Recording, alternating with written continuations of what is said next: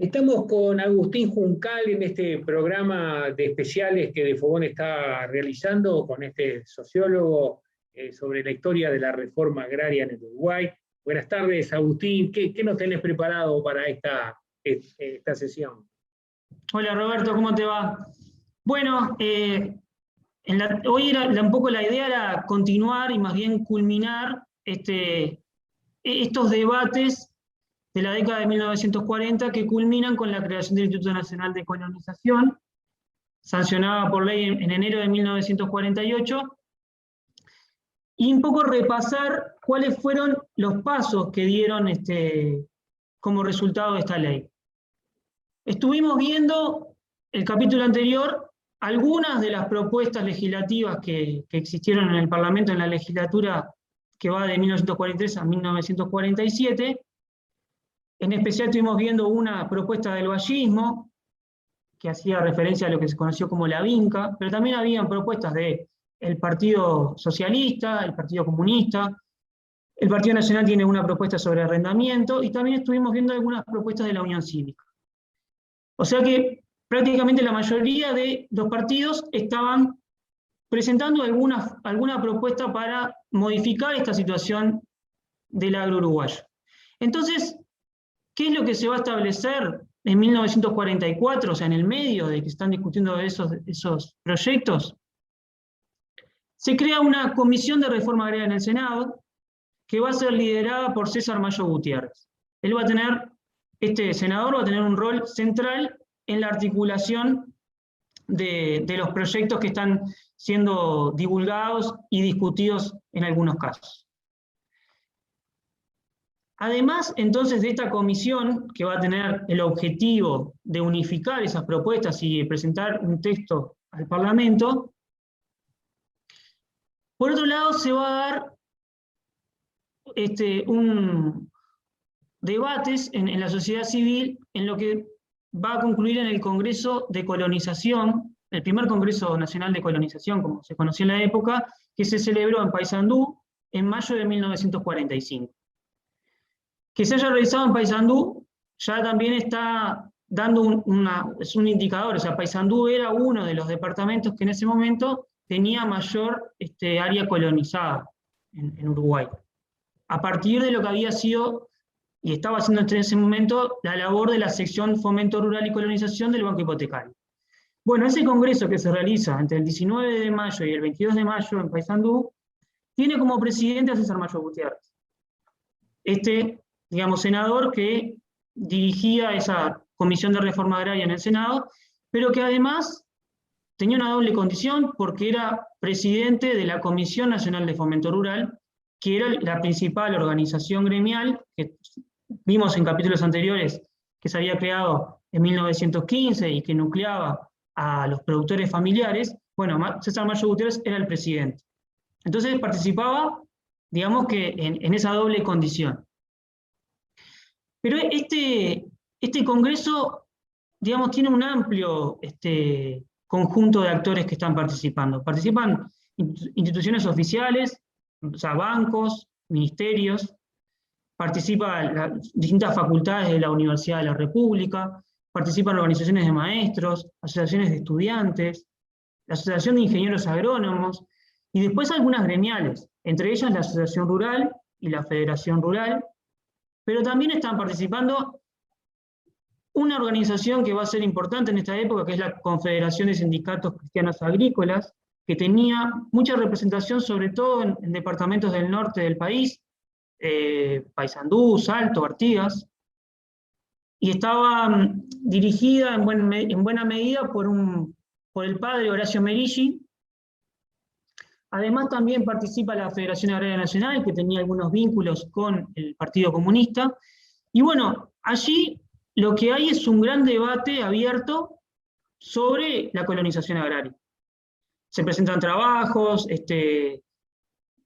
uno de ellos, por ejemplo, es el trabajo de Isaac Morón, el ingeniero agrónomo, que después incluso es publicado a partir o a propuesta, mejor dicho, del Congreso que se realizaba en Paysandú, pero que este Congreso va a tener algunos resultados que son importantes para después ver el final, digamos, la aprobación de la ley. ¿Cuáles son esos resultados que se elaboran en este Congreso? Bueno, que hay que generar una normativa colonizadora nueva, partiendo de la idea de crear una entidad colonizadora que tenga autonomía financiera, o sea, que no sea una sección dentro de un banco como era hasta ese momento, que tuviera un directorio con integración técnica y que además tuviera independencia presupuestal. Además de eso, se llega a la conclusión de que hay que otorgar la tierra en varias modalidades, sea individual y colectiva, pero que lo que esté detrás de todo eso sea la estabilidad del colono. Hay que situar de nuevo de que el principal problema eran estos agricultores desalojados que no podían pagar los arrendamientos. Y después, en tercer punto, que es sumamente clave, es declarar la función social de la tierra. Y acá, esto tiene que ver con que las tierras que fueran adquiridas en propiedad por los colonos, después no sean subdivididas o concentradas en acciones que fueran contrarias a la idea del espíritu de estas normas colonizadoras. Entonces, esto que se está dejando en el Congreso de 1945 va a ser clave para después entender el proceso de discusión y debate de la ley de colonización. Y pasamos entonces allí, a ese tercer momento, que es clave para entender la creación del Instituto Nacional de Colonización. Acá, este tercer momento se inicia con el mensaje del Poder Ejecutivo. Tomás Berreta era el presidente en este momento, había asumido en marzo, el mensaje se manda en abril, y lamentablemente Tomás Berreta falleció en agosto de ese año y fue sustituido por Luis Valleverres, que era el vicepresidente.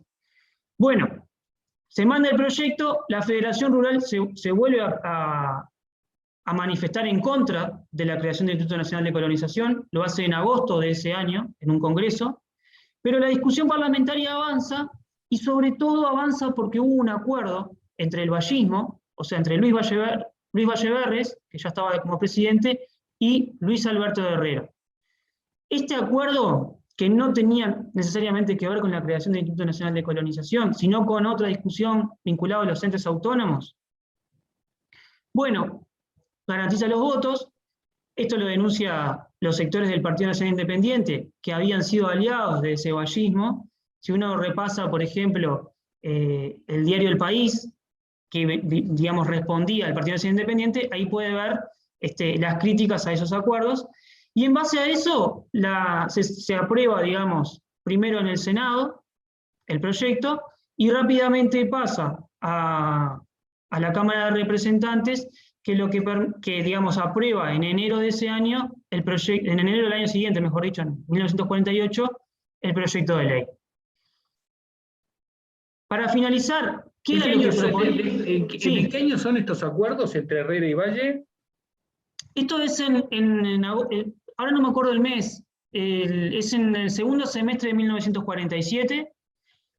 El proyecto de colonización se discute sobre todo en el Senado en ese segundo semestre del 47, y en Cámara de Representantes prácticamente no hay discusión, es muy rápido, y en enero, o sea, el 12 de enero es aprobada la ley. O sea que el grueso de la discusión, lo más importante y lo más relevante, yo acá no entré en ver cuáles eran las discusiones que existieron, pero se da en ese segundo semestre de 1947. ¿Y el único que se opone es el Partido Nacional Independiente? No se opone a la ley de colonización, sí se opone al acuerdo entre Valleverres y Luis Alberto de Herrera, porque en parte lo que hacía también era sacarlo de esa alianza que tenía. Y ahí, digamos, no hay una discusión o una oposición del Partido Nacional Independiente al proyecto de ley de colonización, porque de hecho, en el periodo anterior, yo acá no entré, pero en el periodo anterior en la mesa, entre 1943 y 1947, los ministros de Ganadería y Agricultura eran del Partido Nacional Independiente, y defendían en parte la propuesta de crear un Instituto Nacional de Colonización. El primer ministro fue González Vidar, que incluso tenía una propuesta de 1929, y Gustavo Gallinal, que había sido el segundo ministro, participa del debate de la ley de colonización, porque ya estaba en el Senado. Entonces, hay acuerdos sobre eso. Ahí lo que son otras cuestiones que tienen que ver más allá, digamos, de la cuestión de colonización. Bien.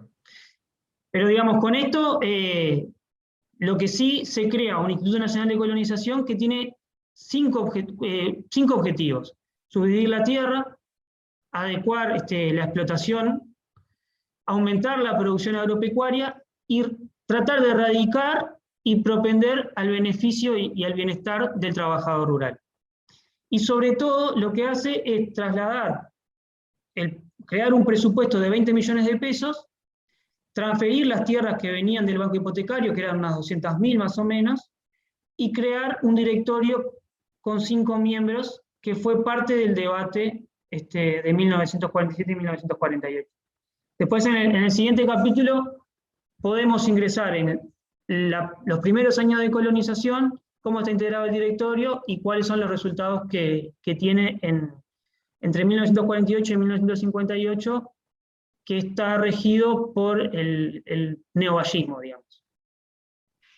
Agustín Juncal, muchas gracias. Un gusto tenerte nosotros con este tema tan importante para entender esa historia. Muchas gracias y hasta la próxima.